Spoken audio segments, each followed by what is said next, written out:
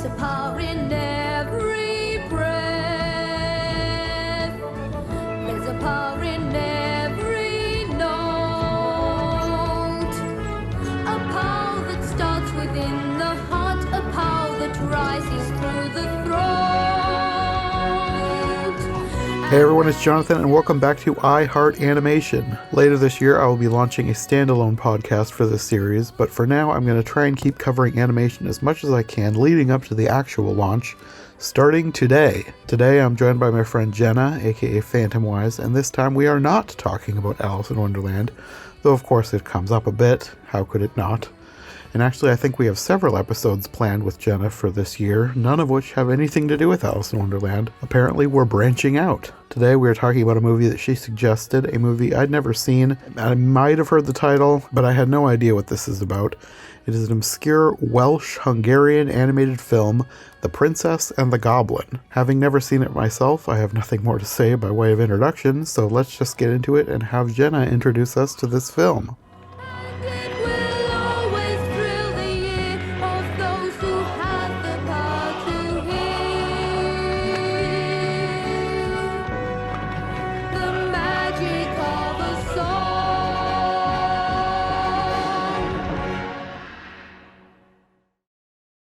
So I didn't realize that this was based on a book. Yes, by George MacDonald, who you might have also not realized he's a friend of Lewis Carroll. Oh, no, I did not realize that. Yes, That's interesting. and it is interesting. And he had a daughter named Irene. She was one of Lewis Carroll's child friends, and he took pictures of her. Interesting. So, yeah. So it's an interesting connection. It doesn't mean anything, but it is kind of cool. Yeah. Yeah. So have you read the original book? I have. It's been a while. And also a disclaimer, I don't believe George pronounced his daughter's name weirdly. As far as I know, it was Irene. For some reason the movie for some reason the movie says Irene. Which actually I love that pronunciation, but I just never see any evidence that it's supposed to be pronounced that way. So yeah, just make it clear. I wasn't sure, and after I watched it, I started looking up reviews, and one thing that I read in somebody's that they were assuming that because this was like an Eastern European production, maybe they just thought that Irene was pronounced Irene. So I don't know. Well, here's the thing. It's actually it's Hungarian, but it's also Welsh. Yeah. So, like, the Welsh would have known. Yeah, so that's true. I don't know. It is interesting that they would pronounce it so differently. Yeah, that's kind of this thing about a lot of things about this movie is that it just there's just not a lot of information about the production history on it. So there's going to be some parts where we just don't know why they chose to do that. Mm-hmm. Like why they chose to say Irene instead of Irene. Personally, I think Irene sounds more like whimsical, and maybe that's why. Yeah. But that would just be a theory. I couldn't say. Also, like for instance, another fun name tidbit is in the book, the Goblin Prince, his name is Hairlip, not Froglip. So that was another change they made, So they certainly had opinions on changing the names of the characters for whatever reason. What is Hairlip another word for a cleft lip? Maybe that's why they changed it? I think it might be, yes. So I'm assuming that the book is quite different than the movie, because I saw a lot of reviews talking about how they left out this and that and the other thing, and I haven't read the book, so I don't know. And I actually watched this with Sarah and her older sister. They both have read the book, but they said it had been so long they couldn't really remember a whole lot of it, so they weren't able to tell me how much was from the book and what wasn't. Okay, well, it's all disclaimer. It's also been a while for me, and I've only read it like once. And yes, there's changes, but also like it gets the gist of the book too, if that makes sense. I don't think it's too wildly different. Like it didn't strike me as too wildly different, but I think one of the biggest changes is that like the goblins are more antagonistic than they were in the book. Okay. But then again, they still are pretty antagonistic. So it's hard to say. I more remember, like, for instance, Curdie gets really there's more about honesty in the book. Like the honesty is a theme. Irene gets really upset when her father doesn't believe her. Oh, no, not her father, Ludi, when her nursemaid doesn't believe her because Mm-hmm. Princess never lies. Then at some point, she tries to show Curdie her great great grandmother, and in the Mm-hmm. movie, her great great grandmother's just not there when she tries to show him. But in the book, she is there. He can't see her because he doesn't believe in her. Hmm. So he thinks Irene is lying and trying to make a fool of him because she's trying to talk to her great grandmother like, why can't he see you? So it's there's more of a theme about like honesty, Okay. which I don't think is in the movie really. But that's all I really remember. Sorry, any major Princess and the Goblin fans. I need to reread the book. It's been a bit. There's also a sequel, which I haven't read. For a second, I thought you meant a sequel to this movie, and I was like, No, no. I I feel wish. like the Wikipedia page would have said that if it were. No, no. The book has a sequel. It's called The Princess and Curdie, I think. Okay. So, did you grow up with this movie? Yes, I did. But the funny thing is, so I was talking with my friend who lives in the UK. He's the only other person I know who we both grew up with this movie.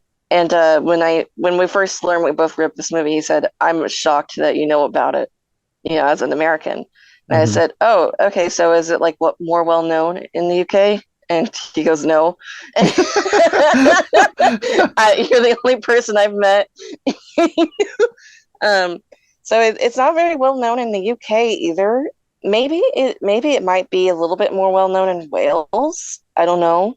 I did find out in doing research for this that it's the first Welsh animated movie Mm-hmm. from that country. So I didn't realize that. That's pretty big. Kind of sucks for them that it didn't do so great. And then it's the 25th animated film from Hungary. And apparently it's also a co-production with Japan. And at first I assumed that it was, because, at the time, Japan was a very common, like, place to get, like extra animation done Yeah. that you couldn't afford to do, mostly like in-betweens. Yeah. But apparently when I looked up the company that's associated with them, I was expecting like an animation studio, but it was like a TV channel. So I don't know very much about that. So I'm like, oh, maybe they had more involvement than I thought. Because that seems like, I don't know. You know what I mean? I was just expecting it to be more of a animation studio, as in, Yeah. oh, we provided some of the work. Mm-hmm. Also, the channel, the Welsh Connection, was also a TV channel in Wales. Let's see, it says produced by Welsh television station S4C. This stands for something in Welsh, but I'm not going to try to say it because I'll butcher it. And the Cardiff-based serial studio, along with Hungary's Panolia, and Japan's NHK. So it was quite an international production, and strangely, there's just not that much information on like how it became a thing, like who started it, why the other companies were interested, Mm-hmm. who did what, which is strange. But I'm assuming that at least with Hungary, Panonia was a film studio that did animation. So I thought, oh, okay, they probably did the animation. But then I read somewhere else that it was mostly done in Wales. So it's kind of, I don't know. There's also some conflicting information. So that's fun. Yeah, I didn't find a whole lot of information when I looked. Yeah. So I guess it's just a very obscure animated film because I don't think I either had not heard of it or I just heard the name when you suggested that we do this one. So I was not familiar with it at all. And I suggested it because it's not like a fantastic film. I'm not going to say it's somebody should watch it right now, but I think it's a very unique, like it's a very charming film in my opinion. Mm-hmm. Especially for me as a child, it always gave me like this feeling like I was in a certain place, especially like the sound effects. I really love the sound effects. That sounds really strange. No, It's just like, I think I know yeah, what you mean because it does have an interesting sound. Like yeah, even like like, the creatures, they yeah, don't sound like you would expect normal creatures to sound. And then just like the Foley work, I think that's what it's called, right? Sound, Yeah. just like with the stones, because there's a lot of stones in this movie. It involves quite a Hmm. lot of the underground. And like every time they move a stone, it's like, yes, thank you. It sounds good. And sorry, yeah, I'm gonna be a bit weird. Um, and I don't know, just like certain things always hit me. Like as a kid, would have loved to have a secret panel that went up to like a abandoned tower in my room. You know what I mean? Yeah. Yeah. Or I would have loved a magic ring. I might have not loved, trying to be kidnapped by goblins. Maybe not that part, but I don't know. I really like this film. I'm glad I grew up with it. So, what was your opinion as someone who never saw this film before? It was fine. I think I expected it. I think I went in expecting it to be worse than it was because Mm, I didn't read a whole lot of reviews, but I read enough to know that it wasn't very well liked. So I think I assumed it was going to be awful, but it wasn't. So I guess it helps to go in with low expectations. I think a lot of the film reviews, especially the contemporary ones, because it came out in Hungary in 1991, the UK in 1992, and it didn't come out in the US till 1994, which is the same year as The Lion King.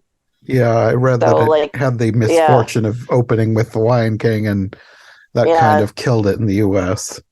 Though I'm going to be real, I don't think it would have done well in the US regardless. I kind of don't think so either, because we had other things that this was similar to that never went very far. So, Yeah, I think maybe it would have caught a little bit more interest by itself because girls are into, especially little girls are into like princesses and castles, and mhm. I think there's a lot of fantasy elements that might have caught some attention, but it would have never done that well ever.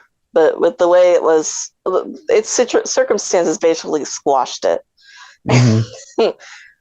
And there's actually something about Hemdale, the distributor Hemdale. They were so discouraged by the negative reviews, they actually started asking film critics to watch with their children and then ask their children what they thought. And which, That is a way to get more positive reviews. Yes. yeah, well, I mean, it's funny because it is a children's film, so I mean, they're Yes. not wrong, you know. And I do think this film would appeals more to children than it does adults, to be honest. Yes. When I was watching it, I was thinking that there was a lot in this that, not that it didn't make sense, but it's like fairy tale logic. Like you just have to go with it, and Yeah. kids can more easily just go with it than adults can. Yeah, and I think because I remember that's why I don't remember how I got this movie because my parents weren't really into it. They didn't really see why I liked it. But it's I don't know. It's a kids film. It is what it is. Hmm. Uh, it knows its audience. Unfortunately, it doesn't really try to appeal to adults. But I kind of like that it doesn't. But that's just me having grown up with it. I think that's fine because not everything has to be for everyone. Technically, I think that there aren't enough movies made for kids these days. They make a lot that are like family movies, and sometimes they don't work hard enough to make it actually for everyone. Like they put in either too much for adults or too much for kids, and then it ends up kind of not feeling like it's for anybody, if you know That's a what I good mean. point. Yeah. Princess and the Goblin, I feel like, is definitely targeted at kids. I don't feel like Yes. they care about the adults. No, I And I didn't get kind of that at like all. that. Yeah. Yeah. And then you also have people who argue, like, oh, good children's films appeal to everyone. And it's like, I don't necessarily agree with that. I think some adults, I feel like as an adult, I could take pleasure in like what it's trying to do and its quality. Hmm. Um, so I don't know. I don't, okay, it's trash, but I like it. Like, it's dull and it's boring for a lot of people because I remember my friend and I were trying to show another friend, and our other friend just did not like it. We were like, oh, I guess you have to grow up with it. That's kind of what I was thinking when I was watching. I was like, this seems like the kind of movie that if I'd had as a kid, I would have nostalgia for as an adult, and that would make me really like this. But since I Yeah. didn't, I did find it kind of boring. I expected that. But But that's anyway, do better you than have finding any? it awful because I went in expecting to find it awful, and I did not find it awful. It was okay. I think it at least with other like kid only movies, I think it fares rather well. Like there's Yeah. another movie I remember watching a lot as a kid was a really bad animated version of The Secret Garden, and I think I did a I podcast on that. If it's the you one might I'm have. thinking of, because there is a Is it like 90s? 94, I believe. And it's, as far as I know, it's the only animated Secret Garden. So it's probably what we're It thinking of probably the same is. thing. Yeah. And I try to watch that. I watched a lot as a kid, and it's to the point where I never had the live action Secret Garden. I only grew up with this animated version. And I tried to watch it again as an adult, and I just was like, this is bad. This is bad. And I stopped watching it. So I don't know. So in that comparison, they're both movies for kids. But Uh-huh. personally, I would put Princess and the Goblin a little higher up than, that kind of for kid movie. But that's Mhm. just, I don't know. I might be biased, and I probably am. So Probably, but that's fine. yeah. Do you have any notes? Any comments? Well, we could talk about the cast before we get into the movie itself, because I was going through the cast and I was like, don't know this person, don't know this person, don't know this person, until I got to the last one, Molly Sugden. I was like, that's Mrs. Slocum. I don't know who that is. Who's that? I probably had a weird childhood, but I grew up watching British comedies every Saturday night. Um, And she was one of the stars of Are You Being Served? She was this middle-aged older woman who always had ridiculously giant colored hair. Like the show is not a kid show. Like if an adult watches it, they would be like, why would a child be even into this? I don't know why I was into it. We always just watched British comedies. And I don't know if I've told this story on the podcast before or not, but whatever. hmm. We went to my grandparents' house one night or one weekend, and we wanted to watch Britcoms because we always watch Britcoms. So we were watching Are You Being Served? And my grandpa turned to my mom. He's like, you let them watch this show? This should be rated R. Oh my gosh. And watching it as an adult, I know what he's talking about because there's some like really inappropriate for kids content in that show, but it all went over my head as a kid. I had no idea what they were talking about. To be fair, I think a lot of like British media in general, they have a lot lower bar for Yes, that oh, kind of thing. definitely. Yeah. But yeah, So yeah. that Molly Sugden was Mrs. Slocum in that show, and as a kid, I loved that show, and she's just kind of iconic in my head. Well, another cast member that I recognized was, I might not say his name right, Roy Kinnear.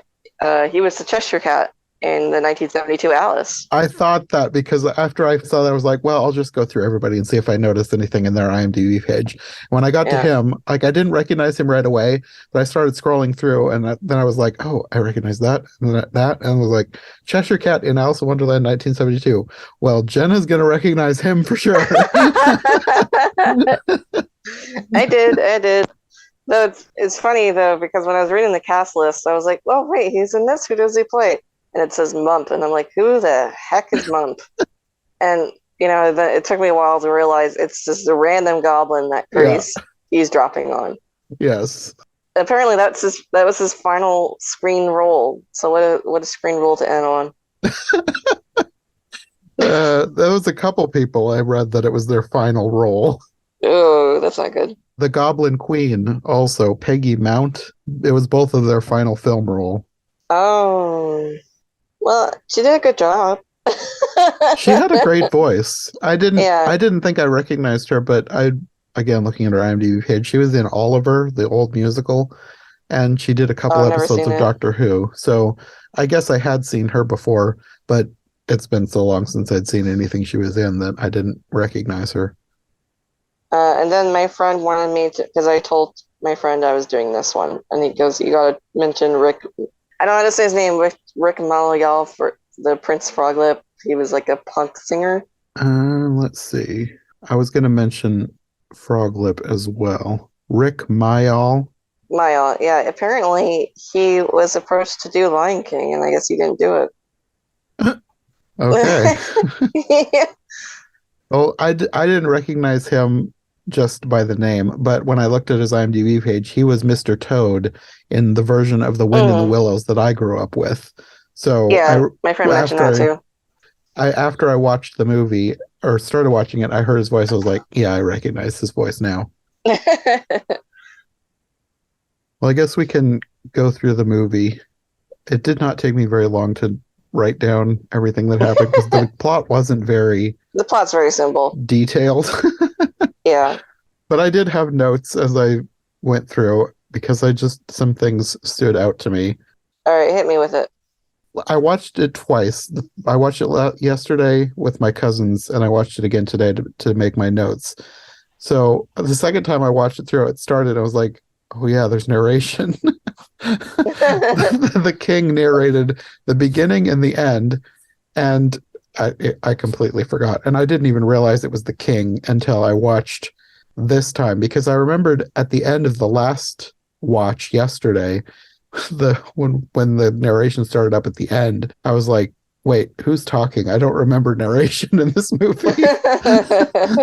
But it was the king. He's talking about her being safe in the hands of her devoted nanny, and that's Lootie, played by Molly Sugden. Mm. And I thought it was funny because Lootie seems to be just there for plot exposition. Yeah. And I was watching it with Sarah, and when Lootie was talking at one point, Sarah starts quoting the Great Muppet Caper. It's plot exposition. It has to go somewhere. Because she says things like, oh, she's a lovely girl, really regal. Well, she would be, what with her being a princess and all. She's just talking to herself. Yeah, it's the stupidest self-dialogue. Yeah. And I also thought it was interesting that Lootie worries about strange things happening. And then later she's told about a strange thing and she just thinks she's lying. Like, Yeah. she seems like the perfect person to be superstitious and terrified of goblins, but when she's told about goblins, she's like, oh, there's no such thing. What's interesting is I think in the book she's actually there with Irene when she sees the goblins. They're both rescued by Curdy. But I don't remember if she like goes into not denial after it, or yeah, I'm not sure what goes on. I remember she accuses Irene of lying about her grandmother. Well, this whole scene with I keep wanting to say Irene, but it's Irene. This whole scene with her lost in the forest and all these creatures around her, it reminded me of Snow White, except there's actual danger here. In Snow White, it was mostly her imagination making her think that like a log was an alligator and a tree branch was an arm. Yeah. But this was like that, except there actually were horrifying creatures chasing after her. Yeah, I remember that. It does have a very similar vibe. Well, Irene is a lot like Snow White, actually, when you think about it. Like, kind of naive and innocent. I suppose, yeah. But yes, I that's a good comparison. It is a lot like that scene. For some reason, I always preferred the Princess and the Goblin scene over the Snow White scene as a kid, though. Well, she gets saved by this boy named Curdy. Which is a strange name. It is.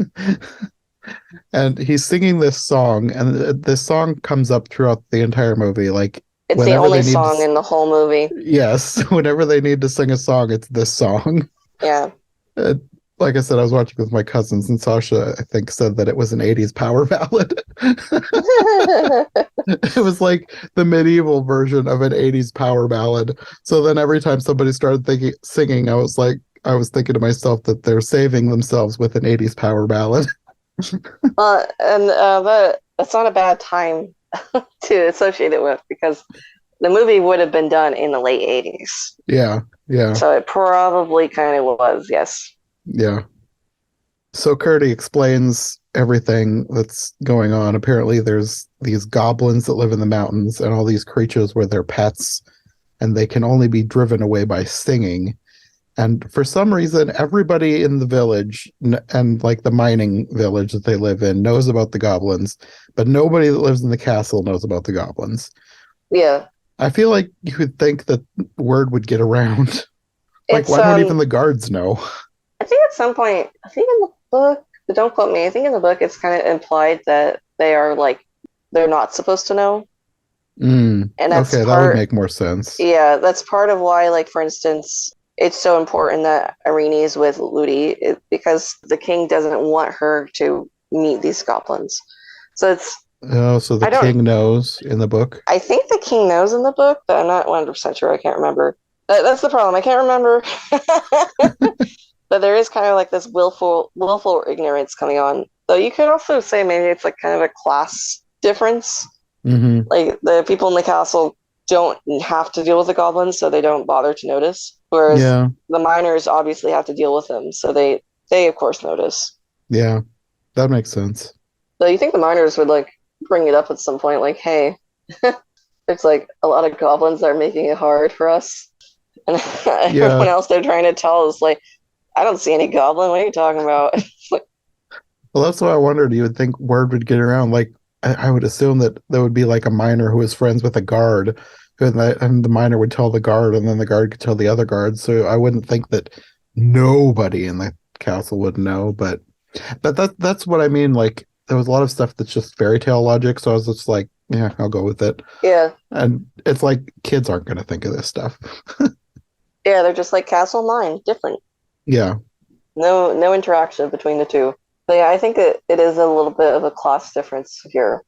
yeah. I can't remember. Did the movie go into how the goblins came about? They didn't say specifically, but they made some mention of the goblins used to be more like people when they lived above ground. Yes. Yeah. So does that mean that they were people, or are they just like another race of creatures that turned kind of monstrous when they went below From what ground? I understand is they were people basically, but then they went underground and they were driven underground, I believe. Okay. Well, I wondered, and maybe it's different in the book, but it seemed like if they were people, it seemed weird that none of them had more than one toe, except for the queen who had six toes for some reason, which was never explained. I kept waiting for that to be like a big reveal. Like I assumed that the queen was going to be revealed to be human, and that's why she had so many more toes than the others, because they made a big deal out of her having six toes, and then that went nowhere. I was like, Yeah, okay. that goes nowhere. She just has six toes. She's special. So actually, the interesting thing is in the book, the Goblin Prince is described as being the half-breed child of the Goblin King and a human woman, and the Goblin Queen is his stepmother. In the film, the prince Hmm. is entirely goblin, and the queen is his birth mother. Okay. So I don't know if they kind of like took that idea and maybe for some reason they decided they wanted the Goblin Prince to be full goblin, and maybe they were going to do that with the queen instead, and then for some reason they ended up not doing it at all, but the toes were left over. Who knows? It could be. Because I thought that they were going to do something like that with the toe reveal. But then there wasn't Yeah, really much more of a reveal other than the fact that they pulled off a shoe and there was six toes. yeah.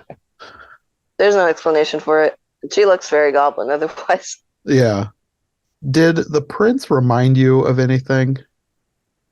No. Why? He seemed like he was supposed to be modeled after like an 80s goth look. I can't say I really noticed. Like I'm not an expert in 80s goth culture, but I've seen enough pictures that I just feel like the hair, even though I don't think goths would have had pink hair, but just like the hair just seemed very goth. The cape, there was a skull on the cape. He just seemed like an 80s goth. I don't know. I think I'm kind of used to like 80s and 90s media having that kind of aesthetic for villains, I guess. Okay. So I never really associated it, but I don't know. It could be possible. Yeah, I don't Oh, know. fun trivia. Uh, they apparently used to have media events in the US with performers dressed as Irene, Curdy, and the Goblin Prince, Froglip. And Okay. Froglip would have been in like this sculpted mask. There's pictures of the sculpted mask on DeviantArt because the sculptor had pictures of it, but I've never seen pictures of the events in questions. And I just Huh. thought that was interesting. Like some kids must have been traumatized by this somewhere. and we don't, it's like lost media in a sense. There's no pictures of it. Like, Interesting. I want pictures. Preferably, I like a video. Yeah. You would think that that would exist somewhere, but I don't know. It must exist on somebody's home video somewhere. They're just like, I don't know what the heck this is. Anyway, I thought that was an interesting tidbit. They did Yeah, try to market it. they tried. It They didn't seem to tried being work the very well. operative word. Yeah. Well, anyways, Ludi ends up forbidding Irene from leaving the castle the next day, and she ends up discovering a magic door leading to the ghost of her great great grandmother. I love that door. I want it. When you said that you would have loved something like that as a kid, it reminded me of back to the Secret Garden. The version of Secret Garden I grew up with, I think it was 1991, and there was a secret door in there, and I just thought that was the coolest idea. Like a secret door. It wasn't a castle, it was like a big mansion, but it was still a secret door that led through a tunnel through the mansion, and I just thought that was the coolest idea. That reminded me of this. Is that in the book? It's been forever since I've read Secret Garden. I'm not sure if it was in the book or not. It's been too long since I've actually read the book. Is that the live action version that everyone's seen, or is that like a different version? There are several live action versions, but I think it's the one that most people think of. It was from 1991, and I know it's like the one that has the most 90s nostalgia. Okay. I need to see that again. It's been a while. It's good. And I don't think I'm just saying that because I grew up with it. I think it is actually a good movie. A lot of people would agree with you. But yeah, I think especially in a lot of children's media, you get a lot of this secret door leading somewhere in Uh-huh. in a kid's room. Yeah. In the book, maybe you don't even remember it, like her great great grandmother says that something like she's not exactly a ghost, she's sort of magic. Yeah. Is it actually her actual great great grandmother? Like, did she die and come back as a ghost, or It's vague in the book too. From what I understand, it is her great grandmother, but there's some kind of implication that she's changed in some way. she like Gandalf the White? I She just guess. comes back. She's Yeah. not really dead, she just comes back, and now she's more magic than before. If I remember in the book, Irene actually mentions to the king that she's named, like her great great grandmother, who she's named after, and that the king verifies that yes, you are named after your, great great great grandmother or whatever, and that she did used to live in like that tower. Though he doesn't necessarily like she doesn't. I don't remember if she tells him that she met him because I think at that point she was still upset by Ludi not believing her. Hmm.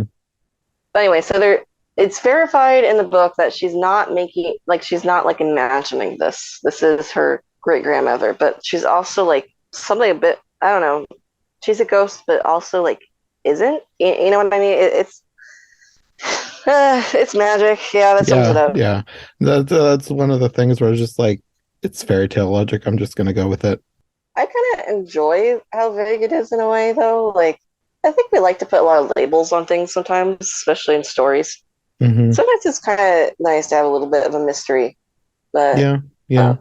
the only thing else I remember from the book is her great grandmother changes her like appearance, like age wise, whenever like depending on how she feels.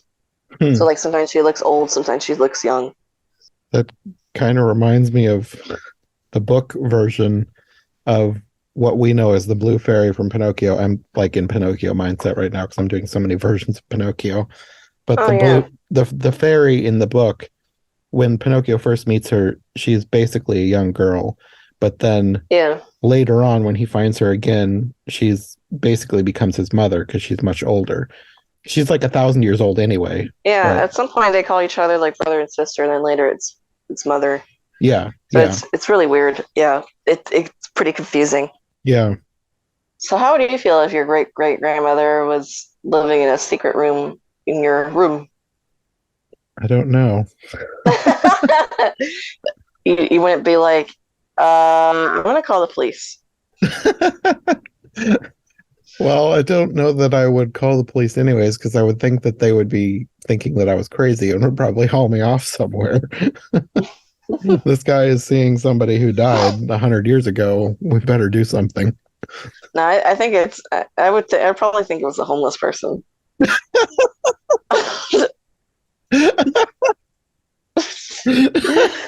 I mean, come on. I guess maybe if they weren't shimmery like her great great grandmother was. Yeah. Well, I mean, well, she's obviously magic. Yeah. Things are changing, flowers are appearing, her hair's flowing. She's magic, obviously. If somebody started doing that, I probably wouldn't think they were homeless. I'd probably think I was having like I don't know, like a trip, like I got drugged somehow.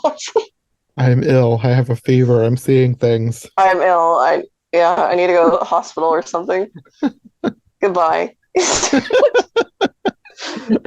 And then I come back and they're still there. I'm like, okay, well now we have to fight because this is my secret room.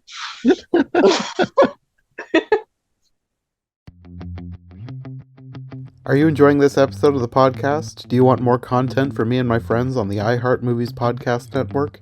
We have exclusive bonus episodes, extended episodes, preview content, and more waiting for you right now on Patreon. Patrons also get the chance to request episodes, so if you want me to cover something I've never done before, sign up and let me know.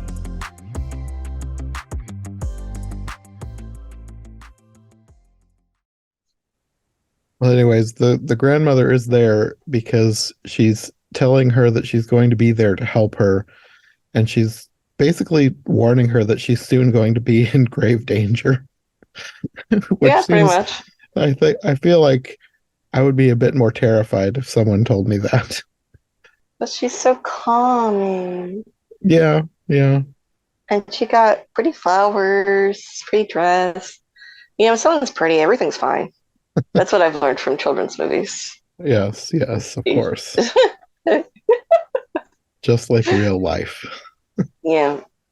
This also led to a scene that I thought was kind of hilarious. I think this is where Sarah quoted The Great Muppet Caper, because Ludy's looking all over the place for her, and she just goes, "Poor girl, and what with her mother dead?" Just randomly. I forget how weird Ludi is.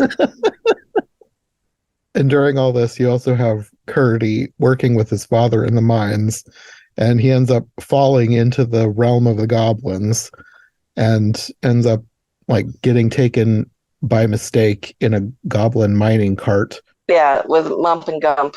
Yes. Or Glump. Yeah. Yes. And this is where he overhears they have this evil plan. They're going to flood The Sun People. Yeah.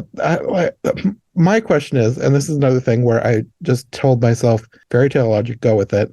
How are they flooding the above ground with the below ground water? Because they can't like pump it up. Like, I don't understand how the flooding works. It's a good question. Especially in the movie, I believe the castle kind of is depicted kind of like on a hillside, right? Yeah. Or something. And that's what I was thinking too. But every time that they go to the goblin place, it shows them going down, like down, down, down. Yeah. So I was just confused. I have no idea. Any miners in the chat, can you help us out? Yeah, I don't think there's any logic behind it. I've been playing Minecraft lately, and my brain's just going, "Oh, they're putting soul sand underneath. That must be it." Like, so it's shooting up, but I have no idea. This whole scene is also where you learn about the goblins, and I realized on my second watch that Mump and Glump were also basically Ludi in that they were just plot exposition, because watching it through, I realized, oh, they're just giving him all the information he needs to defeat them, because they're talking about how the prince he would torture them by stomping on their feet because they only have one toe for some reason, and it's very sensitive, which you'd think they would wear shoes. Like, only the queen wears shoes for some reason. Yeah, and that is also another weird thing. Is at first you think, oh, maybe she wears shoes because it's like a power, like none of you guys can wear shoes, right? It could be. Yeah. But then it turns out she's just trying to hide her toes. Which I still have questions about, but whatever, it's fine. I don't know if you'll ever get answers to those questions. Probably not. You're probably going to die with them. Like, you'll be on your deathbed surrounded by all your descendants, and they go, I hope you had a, it was a great life, right? You did everything you wanted. You'd be like, I never got the answer to why the Goblin Queen had 6 toes. It's all I So ever wanted to know. anyway, so I don't remember it ever being explained in the book either. Did she have 6 toes in the book? I don't remember that. I feel like that would be mentioned, but I don't know. I remember. I don't know. I'm annoyed with myself because I'm remembering like some things from the book really well, and other things not at all. But I guess that's how it goes when it's been a while. Yeah, But as a kid, I always assumed it was a power dynamic thing. it probably was. They just didn't explain it. Yeah. The one thing they didn't explain in their plot exposition characters. They won. The only thing. Everything else was perfectly explained. Oh, and how the water got up. Yes, yes. Well, eventually, Curdy escapes and warns his father, and Irene warns her father. So the kingdom is now on goblin alert, but they weren't alert enough because Irene is attacked by a goblin cat. Oh yeah, that was And weird. it was also weird. Like, why is she saved by this random mouse? Like, where did this mouse come from, and why is it guarding her door? Like, why isn't a human guarding her? Because they're stupid. This is a kingdom of stupid people. It, The it mouse does was just seem like, that I way. know these people are stupid. I'm gonna have to take care of things myself. But then you don't really see the mouse again. He's kind of just here for this scene, I think. Yeah, it's a bit weird. It would have been nice to see him a bit more. I also didn't really understand what this goblin cat was doing because, like, he's fighting with her cat and this mouse, and, like, he winds up on her bed at some point, and I thought he was dead because he's just lying there with this stricken look on his face for the longest time. I was like, did they kill him? But then he's not dead. And I was like, well, why is he just lying there? For the jump scare, of course. That was a strange scene. By the way, in the book, I do remember that turnip is not a thing in the book. Like she doesn't have a cat. Okay, I So wondered yeah, because when I asked Sarah about the book, she said the main thing that she remembers about the book was a cat with sticks for legs. I was like, well, that one has actual legs, so she didn't really remember what she was thinking of. it's probably one of the goblin pets, Probably. It which could have might have been been maybe that. this thing. Yeah, because the goblins do have pets. Yes. Yeah. Including a thing that I thought was like a dinosaur, except it looked like it had an old man face and alien antennas. Oh, like the snailish thing. Yeah, I don't know what it was. Yeah, I don't think that has a name. When I was looking up information right before this, I saw a note somebody made differences between the movie and the book, and they have this creature is not in the book, and I was like, oh, thanks. Like, who could have known? It also made a very strange noise. Oh yeah, I did. I remember that. The underground is so like kind of echoey, and I really like the fully rock sound effects, so Hmm. I enjoy that. And the cart like going around tunnel and the weird sounds that the thing makes. Yeah, Yeah. It kind of makes a gurgling noise. yeah. And then we never see him again, I don't think. Yeah, I don't think so. Not after Curdy goes back there a second time. Yeah. Yeah, during this attack, Curdy goes down to the Goblin Kingdom by himself for some reason, which seems like the dumbest idea because his dad was planning on going and he was like, well, he doesn't know the way. I better just go. And I'm just like, okay, child, you're obviously in for danger here. Oh, if I remember correctly, I think he's even stupider braver in the book. Like, for instance, when he goes into the Goblin Kingdom the first time, it's by accident in the movie, right? He doesn't really mean to go. He just kind of ends up there. Yeah. But in the book, he's like, I'm gonna go. I want to know what they're doing. You know. So he's more stupid in the book, but also more brave. I suppose it depends on how old he is supposed to be. Because if he's supposed to be like 8, maybe I could see that. Because like maybe an 8-year-old wouldn't really understand the danger. Because they did I seem feel like like they were supposed to be pretty young. I think Irene is supposed to be 8, and Curdy is supposed to be a little bit older. Okay. They didn't seem like typical Disney princess, like 16. They seemed like they were Oh little no, kids. they're kids. That's Yeah. another thing I enjoy about the movie is that they're kids. Yeah, they're actual kids rather than teenagers or adults in the Disney movies. Yeah. Because a lot of those fairy tales, they are kids in the originals, but then they aged them up for Disney. Which one are you thinking of? Well, Snow White for sure. I think she was like 12 maybe in the original, wasn't she? 10 or 12?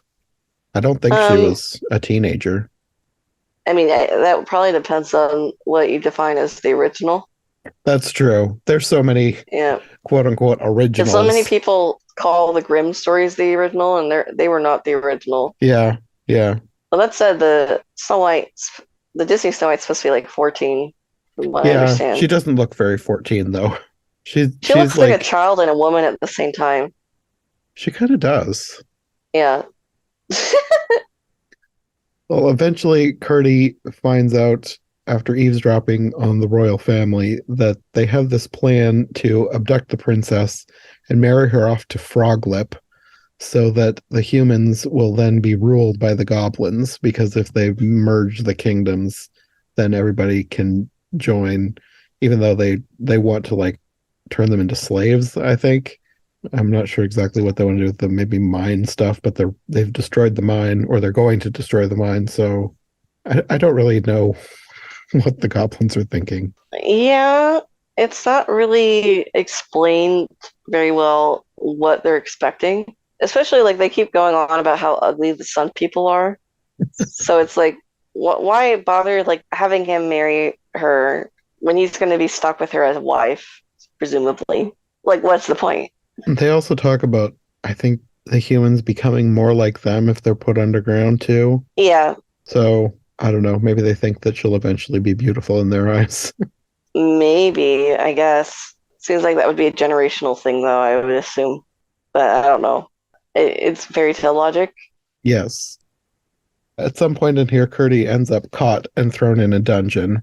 But you also have Irene after her midnight attack, dreaming of her grandmother. Actually, there were two scenes, and I didn't really understand why the two scenes were split up because she met her grandmother in the wall again, and she gave her a magic thread and a ring so that she could follow it and find her own magic. But then she goes back to bed, and then she dreams of her grandmother telling her to follow the string. And I was like, why Yeah. didn't she just combine these two scenes and the grandmother tell her to follow the string now instead of making her go back to bed and then dream of her and then go out again? It seemed like, I don't know, they needed to stretch for time, but it doesn't matter. It's just me Yeah. being. Well, is it like supposed to be a time skip? And for some reason, I don't know. I think it's still the same night. Is it? I don't think there was a day in between any of this because this is the scenes in between her meeting her grandmother the first time and then having the dream was Curdy going down into the dungeon and overhearing the plan and then getting caught. Hmm. There wasn't like a day scene in between that. So I think it was the same night. Yeah. And if it was supposed to be a time skip, then they just didn't do it very well. Communicate it. Yeah. But again, fairy tale logic. I'll just go with it. When I was a kid, I know that was a ball of yarn, but I really felt like it was a ball when I was a kid and I wanted it. Very sparkly ball. It looked pretty. I wanted to bounce it, bring it to the playground, have all the other kids be jealous, you know. Witness my sparkly ball and be Yeah. jealous. It connects to my ring so I could bring it out anytime I want. You know, can't steal it. I'll find it. I got a threat to it. But yeah, I also really always like the idea. I always like the idea of magic jewelry. So you give me a Mhm. ring that like can lead me places. I like it. I would My love to have a ring that takes me home. my far too logical brain was like, so if this magical ring is connected to this string at all times, is she just trailing string everywhere? And why doesn't somebody trip over it? Yeah, you're too logical, man. This is fairy I know, tale. I Yeah. know. But yeah, she follows the string and she ends up finding Curdy in the dungeon. There's like a back entrance or something. So she breaks him out. And for some reason, instead of escaping, they decide to go deeper. I was like, just run away. Get out of there. You already know what you need to know. Isn't she following the string? Oh, she might have been. Yeah. The She's like, we string. gotta go this way. And he's like, yeah, and he's like, no. And she's like, the thread's going this way. Listen to the magic string. No questions asked. Yeah, he can't even see the thread. He's like, oh, I want to follow this crazy princess. But yeah, there's this element that Irene is playing pretend. And it goes along with the honesty theme, right? I suppose. Yeah, Not having read the book, I guess. But yeah, yeah. I suppose it would. I don't, if the string was leading her deeper, did they find out something more? Because, like, the only thing that really was revealed after that was that the queen has 6 toes, because they, like, sneak into their bedroom and take off one of her shoes. Is that the only thing that they needed to know? And then turned out they didn't really even need to know that? Um, that's a good question. It doesn't really affect the plot, does it? No. No. That's why it was one of my main questions. Why does this thing have 6 toes? Yeah, because you think, okay, they're following the thread, so yeah, it must be like you think it must be an important plot point, Mm-hmm. but no, it's not really. Well, I guess it's at the plot point that the toe, if a toe is sensitive, then the queen having 6 toes means she's extra sensitive. Is that? Maybe, but I feel like there was a scene later on where they stomped on her toes and she didn't react that much. Yeah, that's the thing. Like, even if that was the case, it does it really make that big of a difference? I mean, I guess Curdy tries harder to break her shoe later. Whereas you could argue maybe if he Yeah, didn't know that, he probably wouldn't have tried to break her shoe. yeah, I don't know. That also leads to another question of why did she never have 2 shoes again? Because, like, they didn't take the shoe with them, but she never put it back on when she got out of bed, and then she just went up to invade and only had one shoe. I'm sure she must have a closet. I'm just saying there's a lot of things about this queen's foot that I have questions about.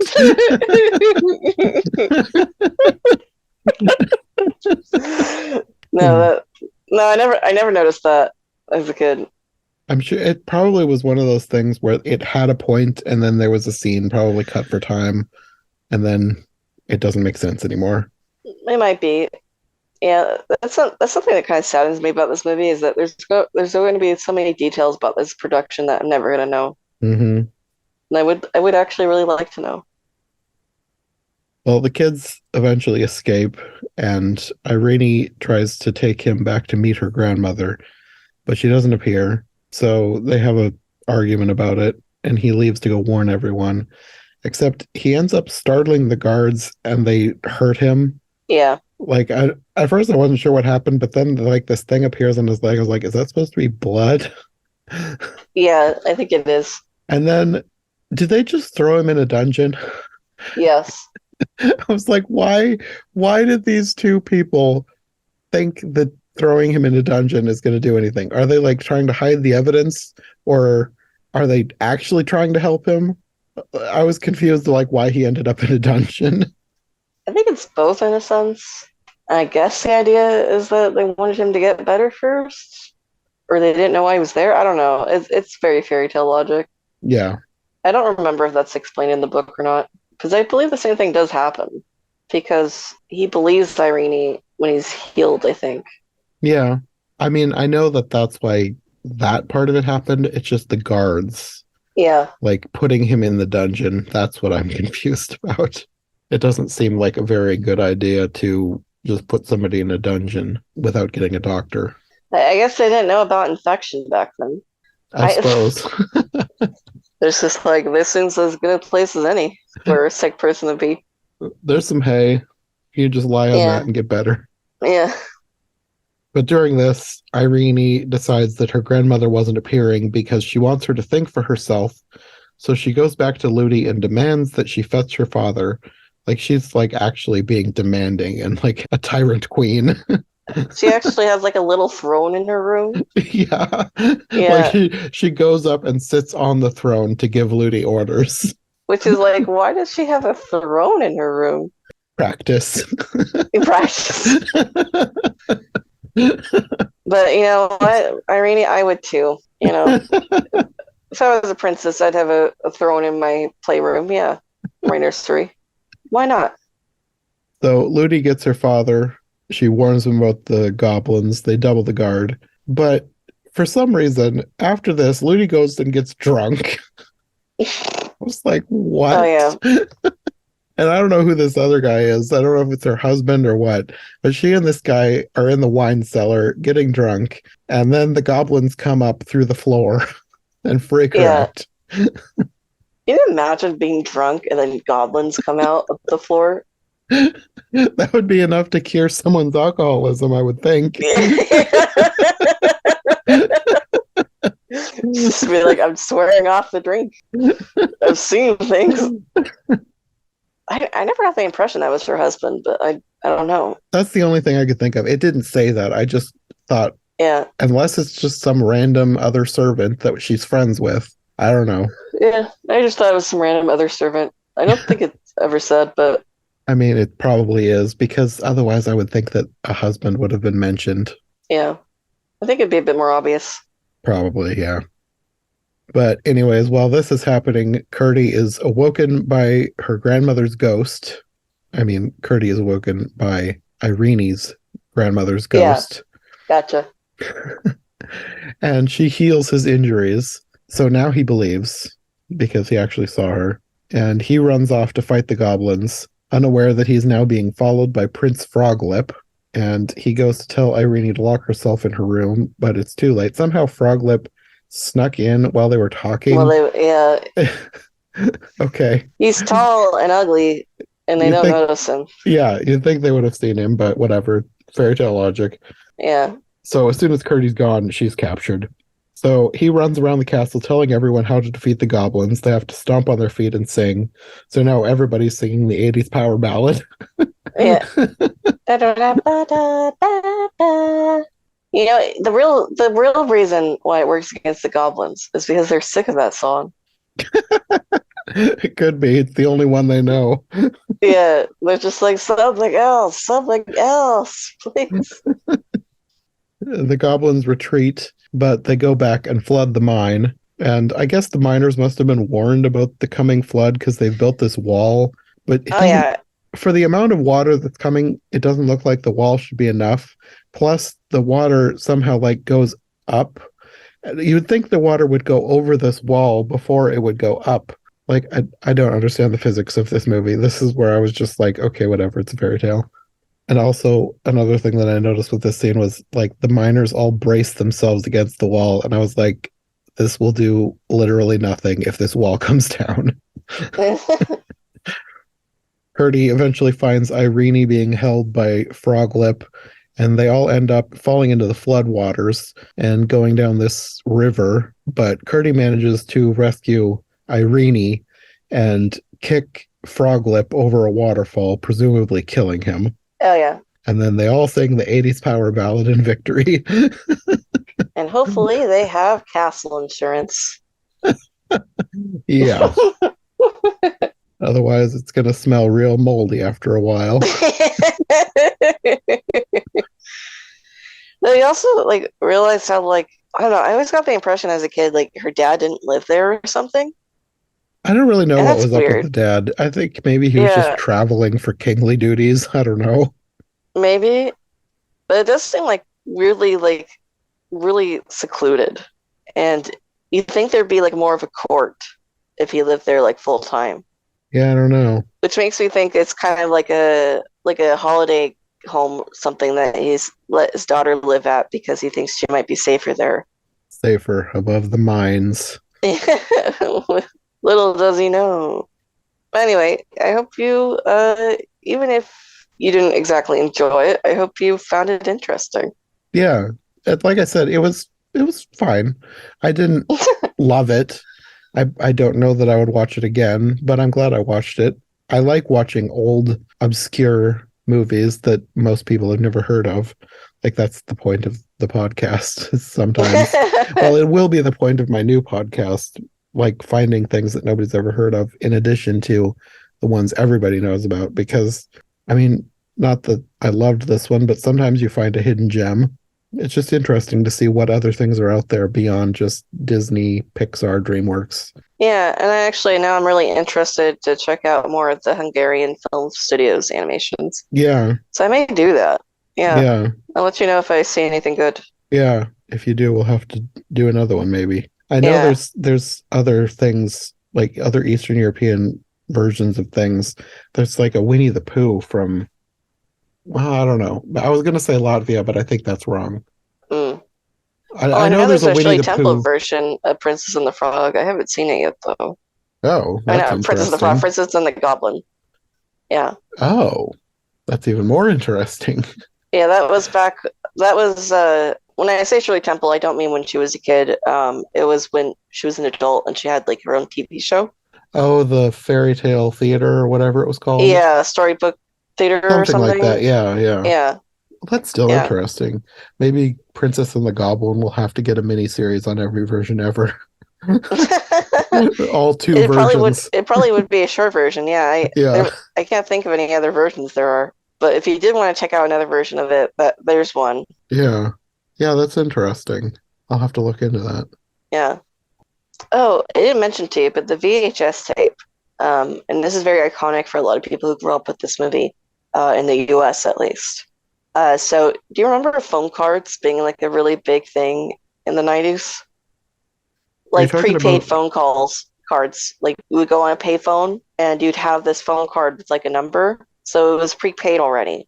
I And think I vaguely know what you're talking about, but I would never have used one myself, so I wouldn't have known what they were or how to use them. yeah, they were kind of like a gimmick at the time. Hmm. So the Princess and the Goblin had a very strange opening to the VHS where it had a live actress playing Irene's great grandmother, and she has a phone card, and she's basically advertising the Princess and the Goblin phone card. So when you're away from home, like you're separated from your parents, you could find a payphone and you could call, and I guess it would somehow like that's the thing. I don't know exactly how this would have worked, but I guess it would have like let you contact your parents somehow. But the main thing was like it would have like you would have listened to messages of Irene and Curdy and the great grandmother talking to you, I guess to keep you calm while you were lost. I don't know. It's a very strange concept. This is like the weirdest tie-in merch ever. Yeah, it really is. And honestly, this reminds me, I want to get the phone card. I never had it as a kid. I kind of want to get it now. But it's like lost media, whatever these messages were, right? Yeah, Because as far as I never found anybody talk about like actually calling the number. Just everyone remembers the weird commercial. So that's also very it's a very strange tie-in. yeah. And then on the other hand, I don't really understand this film's legal status, to be honest. Like I've had my own copy of the Laserdisc on YouTube like for ages now with no takedowns. Like finding it on DVD can be rather expensive, and to be honest, the DVD quality isn't very good. It's just a rip of the VHS. Hmm. There's no like actual transfer, like a retransfer of the film. Hmm. And amazingly, there's somebody on eBay once in a while. They have a copy of the film, like the film reel, and it's gorgeous. I want it so badly, but it's so expensive, and then I don't have the equipment to transfer it. Yeah. But anyway, if anyone does, look that up. It's on eBay. Hmm. And that's it. That's all my notes. Okay. Well, I suppose we probably could end this one there. It's a strange note to end it on, but it's a strange movie, so why not a tie-in phone card that people may or may not have used to reunite them with parents when they're lost? It's very mysterious, just like the great grandmother herself. Yeah. Well, I guess until the next episode, do you want to let people know where they can find you? I'm Phantomwise on YouTube, and I was still Johnson Phantomwise on Tumblr. Okay. Oh, and I have this movie on my other YouTube channel, Love Gift of a Fairy Tale. It's from the Laserdisc if you want to see that. It's the best quality version of currently available. Check it Okay. out. Okay. Well, we will probably see you in a month or two for another episode. We've got a couple more things in the works, so we'll see you then. All right, it'll be fun. Thanks for checking it out.